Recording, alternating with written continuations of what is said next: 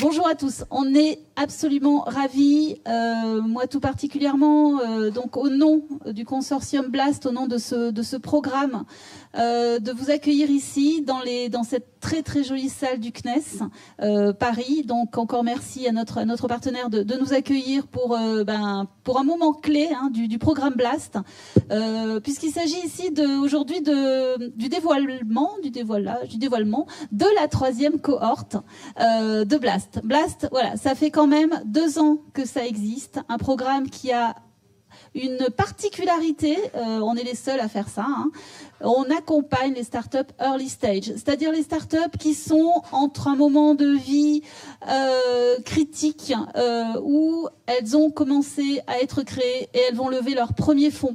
Et pour ce faire, elles vont avoir besoin de tout cet écosystème qu'on leur offre aujourd'hui, grâce à vous, pour effectivement se rapprocher des investisseurs, pour mieux comprendre leur business model, pour être accompagnés par des coachs, par des business managers et par, bien évidemment, l'ensemble de nos partenaires. De manière historique, BLAST, c'est 4 membres, donc Starburst, l'Onera, l'École Polytechnique, la SAD Paris-Saclay. Un programme qui s'est étoffé de 7 partenaires qui nous soutiennent financièrement et au niveau vraiment de support technique, donc que sont le CNES, MBDA, l'Agence Innovation de Défense, la région Île-de-France, le commandement de l'espace et un nouveau partenariat dont on va parler tout à l'heure avec OVH Cloud. Depuis 2 ans, on a eu 20 startups, 5 projets de recherche, non un peu plus 10. La moitié de la première cohorte a levé ses premiers fonds. Ça, c'est quand même un KPI extraordinaire. Enfin, je pense qu'en tous les cas, nous, on en est très fiers. Et surtout, ce que vous ne savez pas encore, mais c'est que la 2e cohorte, déjà 300 ont levé de fonds et ça va être annoncé dans les prochaines semaines. Donc voilà, encore une fois, un chiffre record par rapport à cet accompagnement dans ce moment qui reste toujours difficile puisque c'est le early stage. En tout, 20 millions d'euros levés, 180 emplois créés. L'idée, c'est de ne pas s'arrêter là, pas de s'arrêter au bout des 2 ans, puisque le modèle de BLAST a changé, soutenu jusqu'à présent par la BPI. Là, c'est porté uniquement par ses partenaires. Et donc, l'idée, c'est de toujours trouver plus de pépites, d'aller les chercher au fond des labos, au fond même des écoles d'ingénieurs, parce que très très très très tôt, on a des super idées. Au service donc de notre écosystème pour le bien évidemment de notre souveraineté nationale. Voilà pour moi. L'idée, c'est de vous raconter très rapidement comment ça va se passer également cet après-midi. On va être pendant 1 heure ensemble avec une introduction de Philippe Baptiste, le président directeur général du CNES, une intervention de Fanny Bouton au titre de notre partenariat donc pour OVH Cloud. Et ensuite, on va pouvoir vous dévoiler effectivement nos pépites de cette année sur lesquelles nous sommes tous tombés d'accord au sein de notre consortium élargi.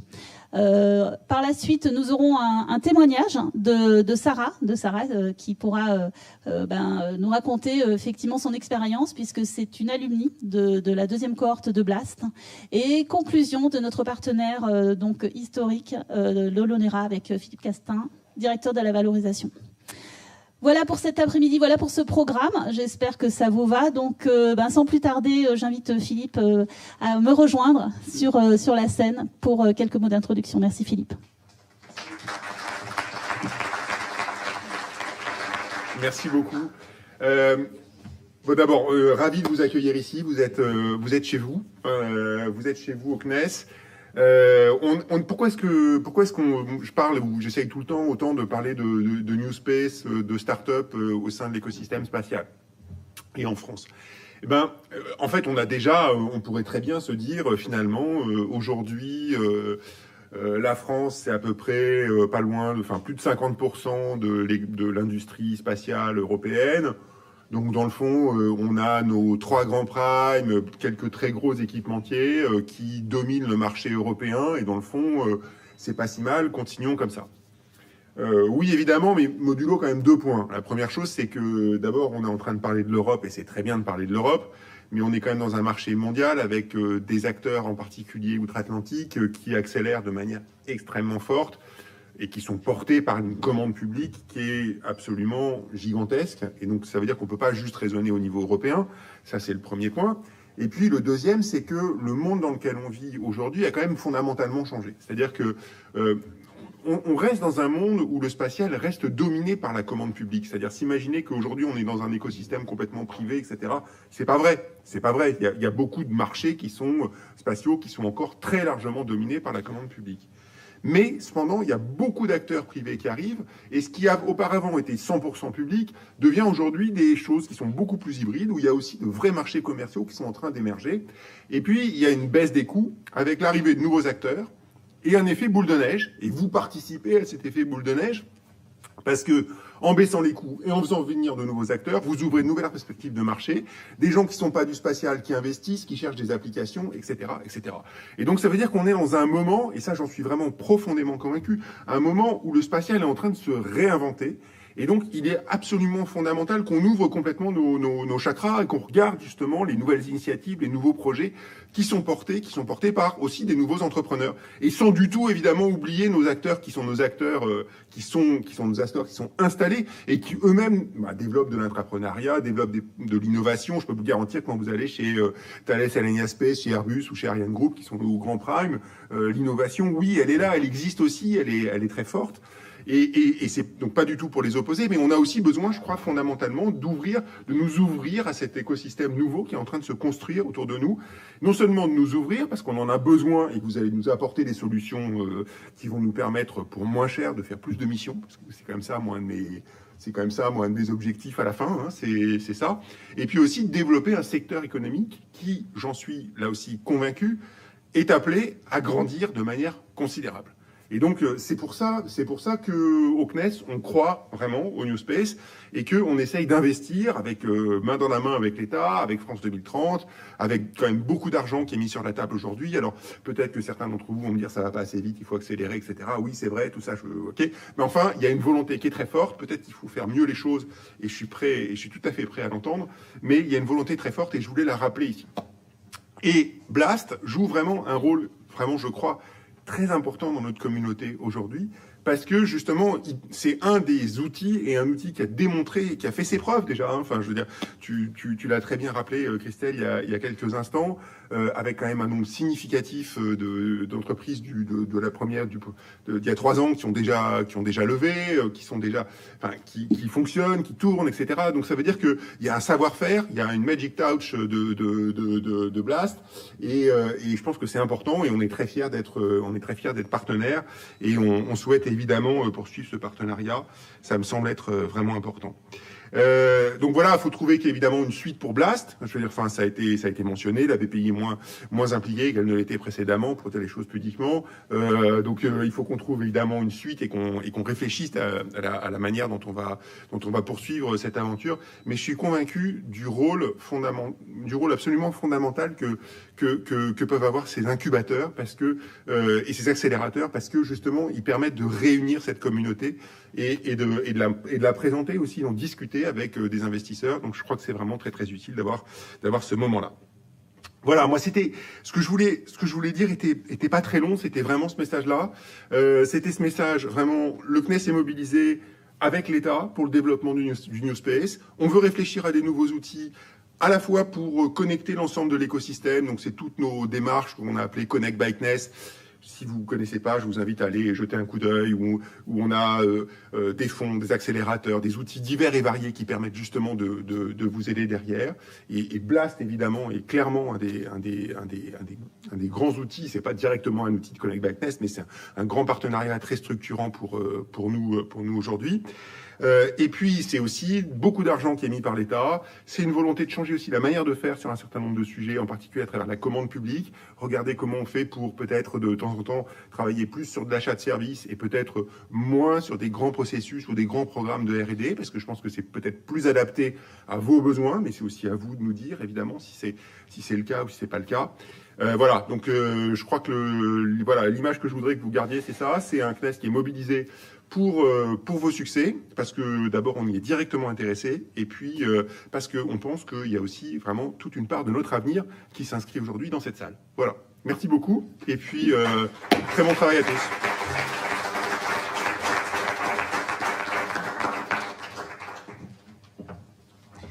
Merci Philippe. Voilà, je suis un peu émue, mais voilà, tout va bien. Donc, on va passer du coup je vais passer la parole à Fanny, Fanny Bouton. Je suis absolument ravie, voilà, qu'elle puisse intervenir dans ce programme au travers de ce partenariat qui est vraiment nouveau pour nous, extrêmement important, puisqu'il s'agit d'une verticale, voilà, qui est très importante, notamment reliée donc à tout ce qui est quantique, mais elle va pouvoir vous en parler mieux que moi. Et voilà, donc Fanny, je te laisse la parole. Merci beaucoup. Merci Christelle. Alors je suis très heureuse d'être là ce soir parce qu'en effet c'est un nouveau pas vers Blast, mais en fait on a commencé déjà à collaborer dès le début, hein, il y a plus de 2 ans maintenant, et on a déjà accompagné pas mal de startups puisqu'on a un startup programme chez OVH Cloud qui accompagne les startups. OVH Cloud, juste pour rappeler, c'est le cloud provider français, européen, leader en Europe et qui permet d'avoir justement de l'hébergement souverain et qui respecte la donnée, qui est hors Patriot Act. Donc ça, c'est important, ça va être important dans les projets spatiaux et dans l'avenir. Il y a beaucoup de startups qui se posent la question de savoir où héberger les données. Voilà, donc c'était leur donner l'opportunité. On a décidé d'accélérer en cofinançant et en participant à accompagner Blast cette année parce que voilà, ça fait 2 ans qu'on le faisait déjà, qu'on accueillait certaines des startups. J'ai la chance d'accompagner Miratlas, Constellation, actuellement Colibri TD, et c'est pas les seuls. Et on a aussi d'autres belles pépites qui sont pas passées par cet incubateur-là, mais qui sont avec nous comme Kermap, Hyperplan ou encore Exotrail par exemple. Donc le New Space, le spatial, il y a plein de choses à faire. Il y a beaucoup de données qui vont arriver. Comment on va faire pour les stocker à froid, à chaud? Comment on va les analyser avec l'IA? Comment on va les sécuriser? Comment on va les transférer? Voilà, on est en train de se poser beaucoup de questions aussi. On est en train de rencontrer une 50aine d'acteurs actuellement pour voir comment avancer et offrir la meilleure offre possible dans ce domaine-là. Voilà, donc c'est un pas suivant. Je suis ravie de collaborer avec Christelle. Et voilà, le Startup Programme, s'il y a des startups qui vont rentrer, qui vont arriver, je le rappelle, c'est qu'on peut vous cofinancer, en tout cas vous donner les moyens d'avoir jusqu'à 100 000 € d'infrastructure cloud gratuitement pendant 12 mois à minima, jusqu'à 20 heures d'accompagnement technique et de la visibilité sur des salons comme Vivatech, les assises du New Space demain. Voilà, on fait vraiment le tour de ces gros événements et de la médiatisation aussi pour les mettre en avant et les faire grandir. Et on est ravis d'avancer un peu plus dans ce domaine-là. Voilà, donc au plaisir de collaborer si vous voulez échanger après. Merci. Merci Fanny.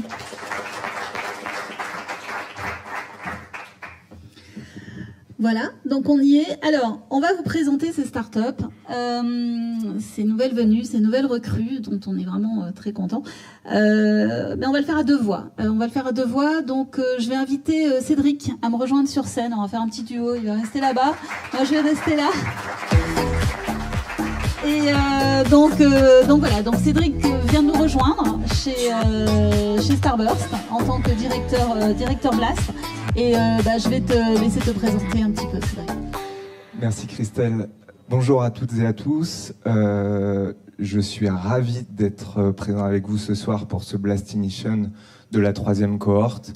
Je viens de rejoindre Starburst après une expérience d'un peu plus de 10 ans chez Thales, à mener des captures complexes à l'international, des captures commerciales, mais aussi à accompagner les startups pour le groupe. Là, je regarde les startups, ça va être un programme intensif. C'est notre ambition de vous accompagner rapidement. Ce que je note aussi, c'est que vous allez avoir des mentors, des cours, un accompagnement qui est fait par des experts du milieu qui ont une expérience significative dans l'ASD. Donc je vous invite à vraiment donner le maximum pendant cet accompagnement, en profiter, et on sera là pour vous accompagner et vous faire croître rapidement. Je vais tout de suite passer, donc on va dévoiler la cohorte, et je propose, je ne veux pas faire d'impair, j'ai oublié ma petite note. Je propose tout de suite à Lénie et Nicolas de Hybrogene de venir sur scène.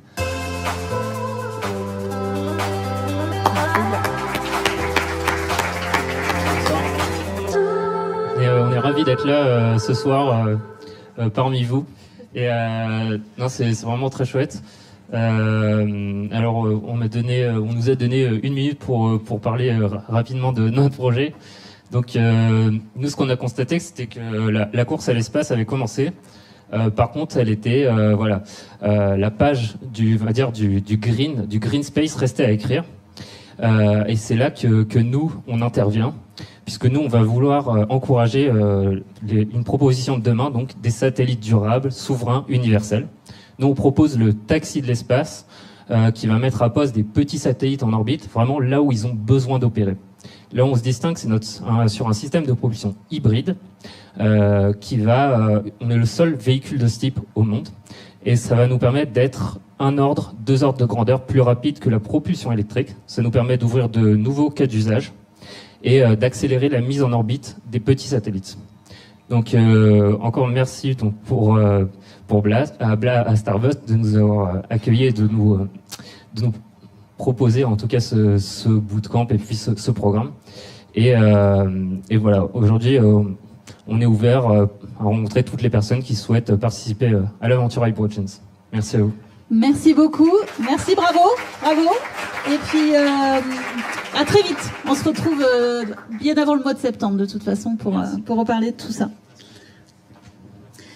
À moi d'annoncer les prochains. Donc, alors je dis les parce qu'effectivement ils sont plusieurs. Et donc là, non, il est tout seul, d'accord, très bien. Donc je me suis trompée. C'est Louis de chez Stratolia. Voilà, je savais bien.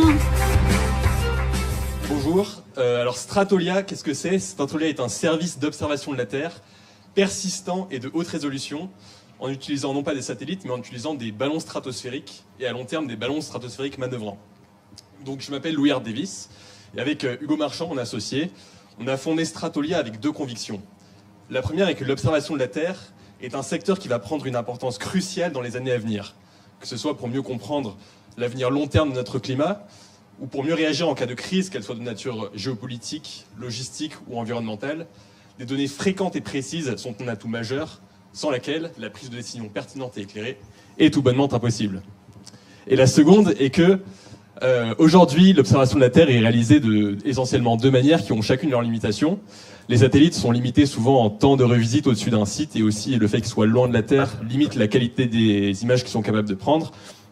Et les drones ont quant à eux des fortes limitations d'autonomie qui les restreignent à des observations locales et de courte durée. Et donc c'est pour cela que nous avons la conviction que le meilleur vecteur pour l'observation de la Terre, c'est bien le ballon stratosphérique. Merci beaucoup. Merci à vous. En tous les cas, voilà. Je ne sais pas si vous avez tout compris, mais ça donne envie. Merci Stratolia. Je vais tout de suite accueillir Ahmed et Pierre-Alain de Neuronsat.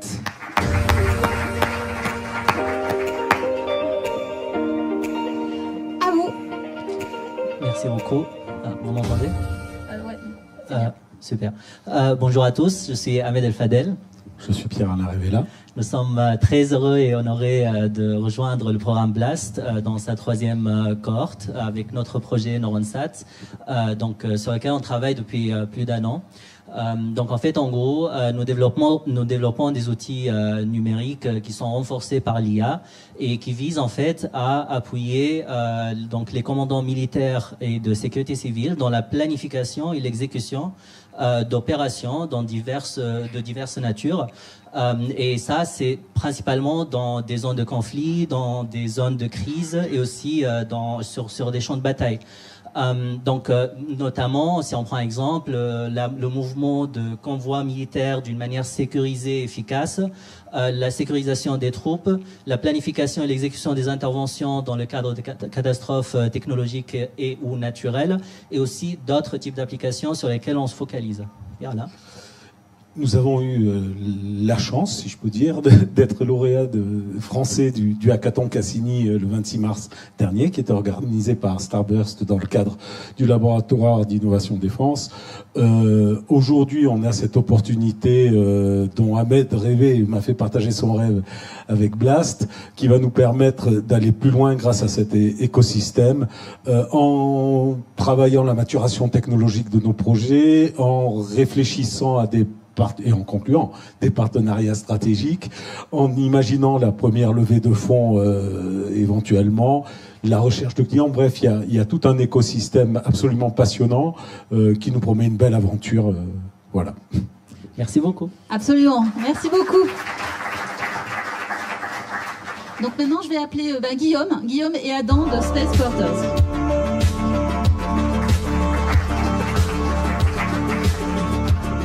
À vous. Merci. Bonjour à toutes et à tous. Donc, nous sommes Space Quarters. Notre mission, en un mot, c'est d'accélérer le développement de l'infrastructure spatiale. Qu'est-ce que ça veut dire? En fait, on va... la manière dont on réalise ça, c'est en développant des technologies d'assemblage de structures directement en orbite. C'est applicable à tout type de système, par exemple les grands réflecteurs d'antennes de satellites de télécommunications. Concrètement, qu'est-ce qu'on fait? On développe deux technologies. La première, c'est une unité de soudage spatialisable. Et la seconde, ce sont des algorithmes de contrôle pour les opérations en orbite. Ça permet de créer une proposition de valeur unique, étant donné qu'on crée de la donnée que personne d'autre ne peut développer. Notre équipe en interne possède des compétences en management des opérations complexes, avec Adam, et en technologie de production, de mon côté. Alors, aujourd'hui, Space Quarters, ça fait plus de 2 ans que le projet est en maturation, et petit teaser pour Blast, on va évoluer à la fois en ampleur et en nom, étant donné qu'on va changer notre nom d'ici la fin de l'été. En résumé, ce qu'on propose en termes de solutions, ça a le potentiel de changer la manière dont on conçoit fondamentalement tous les systèmes spatiaux. Et si c'est quelque chose qui vous intéresse, Adam et moi, on est là aujourd'hui et on sera ravis pour répondre à vos questions et creuser ça plus en détail. Merci. Merci à vous. Merci Space Quarters. Et maintenant, je vais appeler Karim d'Aerospace Digital Standard Services sur scène. Bonjour à tous et à toutes. Donc Karim Benmeziane. La logique de Aerospace Standard Services, c'est avant tout en fait de refonder en fait la manière dont on élabore et on utilise en fait les normes dans le secteur aéronautique et dans le secteur spatial. Aujourd'hui, vous le savez peut-être pas, vous le savez peut-être, les normes en fait sont des documents PDF que les industriels en fait vont devoir manipuler, vont devoir explorer, parce que ce sont aussi des poupées russes. Et demain, ce qu'on leur propose en fait, c'est de digitaliser en fait ces contenus, de l'élaborer avec un enrichissement sémantique qui permet en fait sa communication en fait avec d'autres outils comme des outils de CAO, des ERP, des outils de simulation, de façon à finalement accélérer la mise en conformité des produits, parce que c'est un enjeu de sécurité dans l'aéronautique en particulier. Dans le spatial, c'est un enjeu de fiabilité, forcément. On lance un satellite et un lanceur qu'une seule fois. Donc la conformité en fait aux exigences qui sont fixées en particulier par les donneurs d'ordre ou les autorités, est vraiment crucial. D'autant plus que aujourd'hui, on est en particulier dans l'aéronautique dans une phase en fait de création de nouvelles technologies, et donc il y a un besoin d'accélération de la création de moyens de conformité, et c'est ce qu'on propose de faire en fait à travers Aerospace Digital Standard Services. Merci. Parfait, merci beaucoup. Voilà. Alors, en fait, cette année, pour tout vous dire, nos start-upers sont moins nombreux que d'habitude. Alors, c'est certainement lié à plusieurs facteurs, mais une chose est sûre, c'est qu'on a choisi la qualité plutôt que la quantité. Donc, de toute façon, ce format, je dirais, un tout petit peu resserré, est plutôt bien. C'est aussi ce qu'on a fait avec d'autres programmes. Donc, ça permet forcément de passer un petit peu plus de temps avec chacun. Et pour tout vous dire également, on a également quelques autres pépites avec lesquelles on est en train de voir leur potentiel arriver dans Blast. Donc il se peut qu'il y ait de nouveaux arrivées durant l'été et qu'on parte l'année prochaine avec, enfin en tous les cas en septembre, avec un peu plus de monde. Mais bon, voilà, on vous dira ça parce que c'est encore sensible. Voilà pour cette jolie promotion. Comme vous l'avez vu, hein, toujours dans nos 3 domaines, aéronautique, spatiale défense et Enabling Technologies. Et puis on peut que leur souhaiter une très belle aventure, ce dont je ne doute pas, et on a pas mal d'alumni dans la salle qui vont pouvoir également les partager. Alors en parlant d'alumni, je vais maintenant appeler Sarah. Donc Sarah, notre pépite de l'année dernière, donc Alumni Blast cohorte 2. Merci Sarah.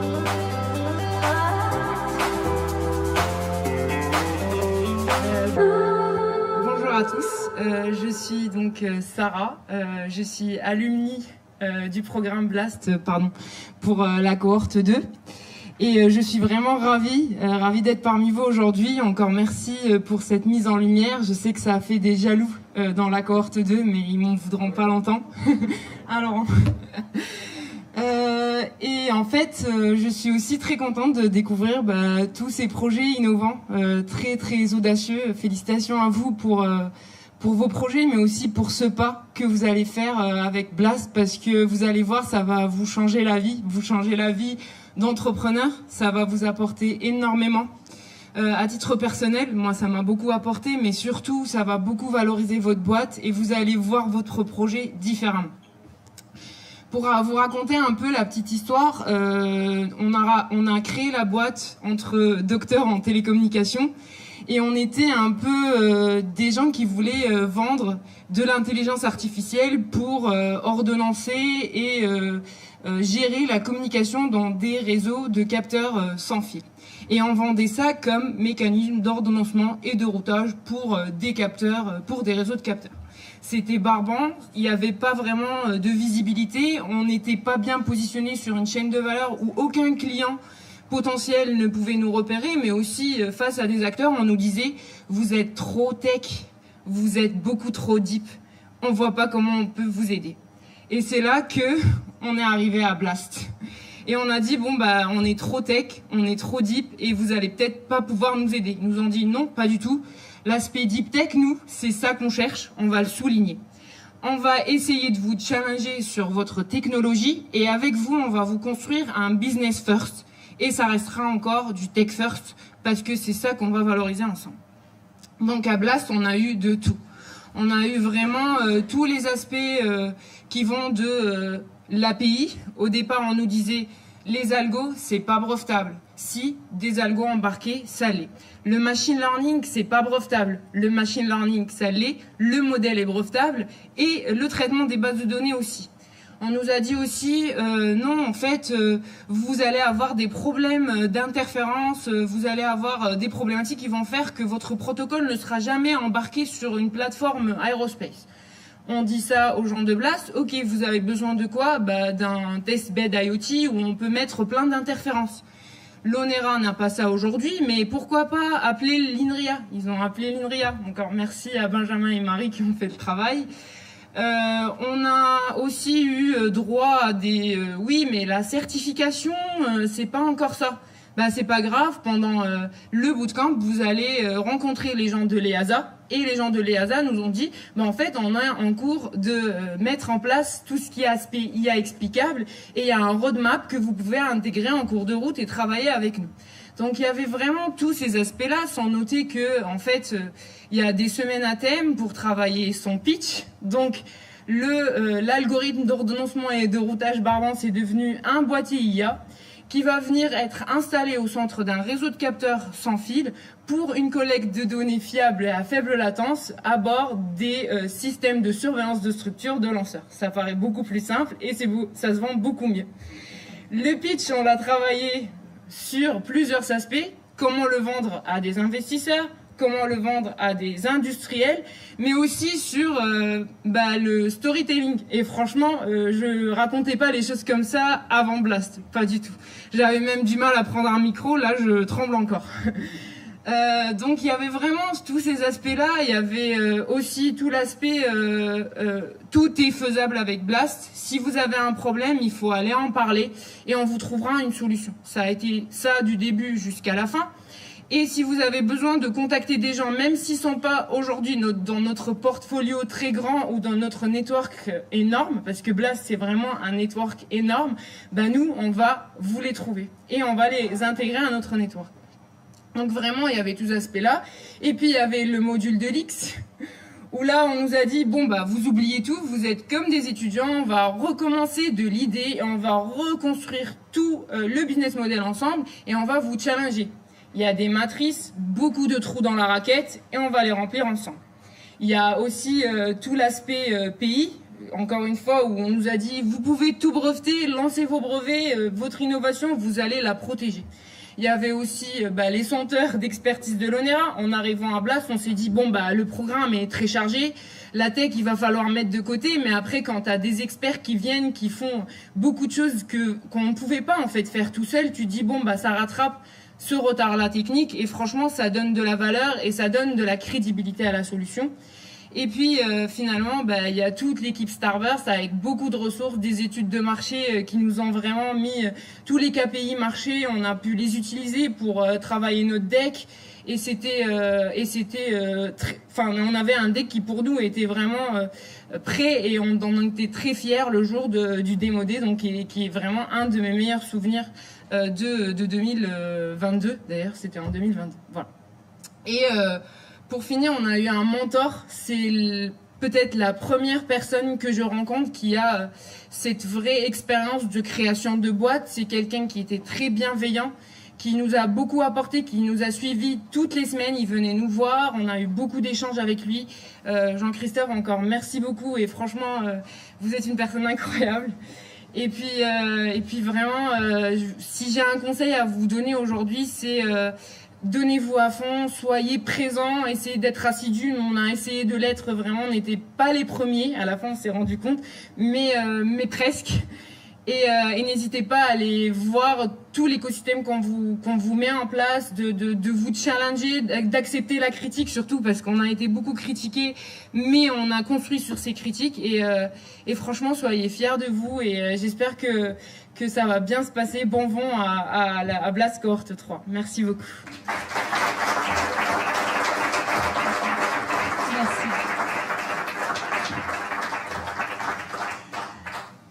Alors voilà, bon, écoutez, je pensais pas que ce serait aussi génial, mais ça me fait, voilà, dans ces cas-là, je me dis bon, alors on regrette juste rien, quoi. On regrette pas tout ce qu'on a fait, on regrette pas de faire une cohorte, encore une, on sait pas où on sera demain sans ce financement de la BPI là, mais c'est pas grave parce que vraiment ça les vaut bien, quoi. Donc je pense que vous avez pu remarquer aussi effectivement. Maintenant, il y a tout, quoi, hein, le fond, la forme, on y croit, c'est aussi effectivement ces 3 mois d'accompagnement. Pas que nous, encore une fois, tout cet écosystème, elle l'a cité Sarah, hein, c'est les mentors, c'est ce programme extrêmement complémentaire, donc avec de la technique, du business, de l'entrepreneuriat pur, hein, parce que côté école polytechnique, voilà, il faut bien réfléchir. Et tout ça, voilà, ça fait des histoires formidables, ça fait des nouveaux amis, ça fait cette famille, ça fait maintenant nos vingtaines d'alumni. Et vraiment, ça fait plaisir. Encore merci Sarah, merci à tous. Pour conclure, voilà, on vous avait dit que ça serait rapide, c'est encore plus rapide que c'était prévu, mais c'est vrai que c'est pas très grave parce qu'après derrière on va pouvoir discuter, on va prendre du temps pour nous et ça va être bien aussi. Je vais inviter maintenant Philippe à me rejoindre pour la conclusion.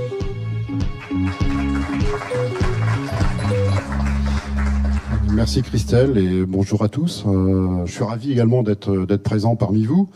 Ravi parce que l'ONERA effectivement participe à ce programme Blast depuis déjà 2021 avec quand même, je pense, de beaux succès puisqu'on a commencé par accompagner 14 startups, il me semble, lors de la première cohorte, plus 4 projets entrepreneurs. La deuxième année, je crois que c'est 13.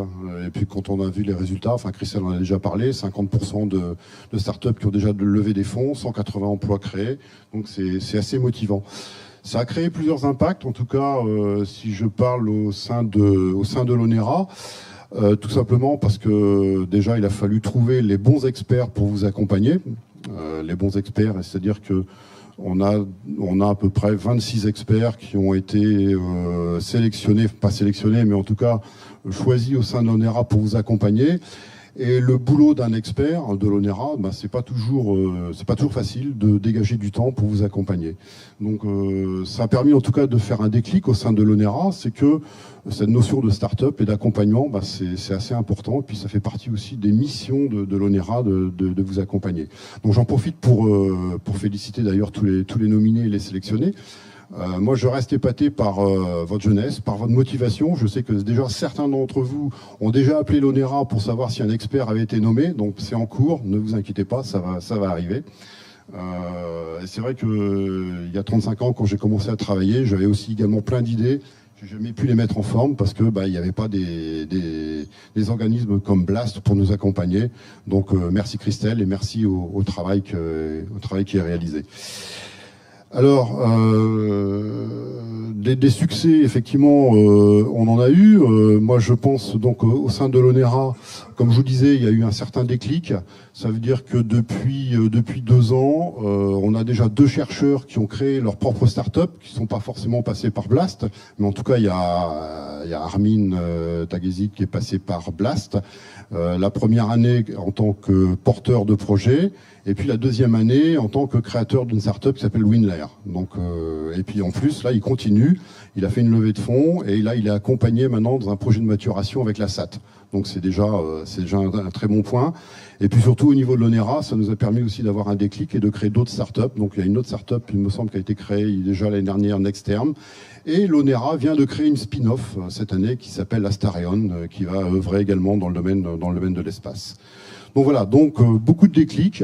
Et au sein de l'ONERA, des experts aussi qui étaient tout seuls dans leur coin, qui se disent tiens, c'est peut-être l'occasion aussi maintenant de créer ma start-up et puis d'aller dans ce programme Blast, parce qu'effectivement, un chercheur ne sait pas comment forcément créer une entreprise, ne sait pas comment aller lever des fonds, ne sait pas comment diluer le capital. Donc tout ça, c'est quand même important. Et donc je remercie encore Blast de cet accompagnement. Donc, comme je disais, les chercheurs, nos chercheurs vont être nommés bientôt pour vous accompagner. Et puis, il faut réfléchir également à la suite. Donc, effectivement, Christelle en a un peu parlé. On a un souci avec la BPI. Donc, il faut imaginer la suite. Imaginer la suite. Donc, pour l'ONERA, en tout cas, je vois pas 2 soucis, mais 2 points qui pourraient être améliorés. C'est d'abord accompagner les chercheurs dès l'idéation, dès la première idée, de manière à peut-être à adapter leur idée au marché, les accompagner dans la maturation. Et par la suite, une fois que la start-up est créée, c'est également continuer le partenariat avec ces gens, avec la start-up créée ou la PME qui va être créée. Parce que notre intérêt à nous aussi ONERA, c'est de créer un partenariat dans la durée avec ces entreprises-là. Donc voilà, et je pense que là, on peut réfléchir à ce sujet. Je pense qu'il y a beaucoup de choses à faire, en tout cas pour Blast. En tout cas, merci à tous et merci Christelle, merci pour Blast.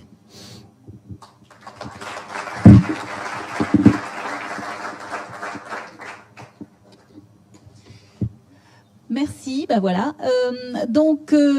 Juste un petit point de synthèse. Pour information, nous étions 80 dans la salle. On a à peu près une 50aine de personnes qui nous ont suivis en ligne.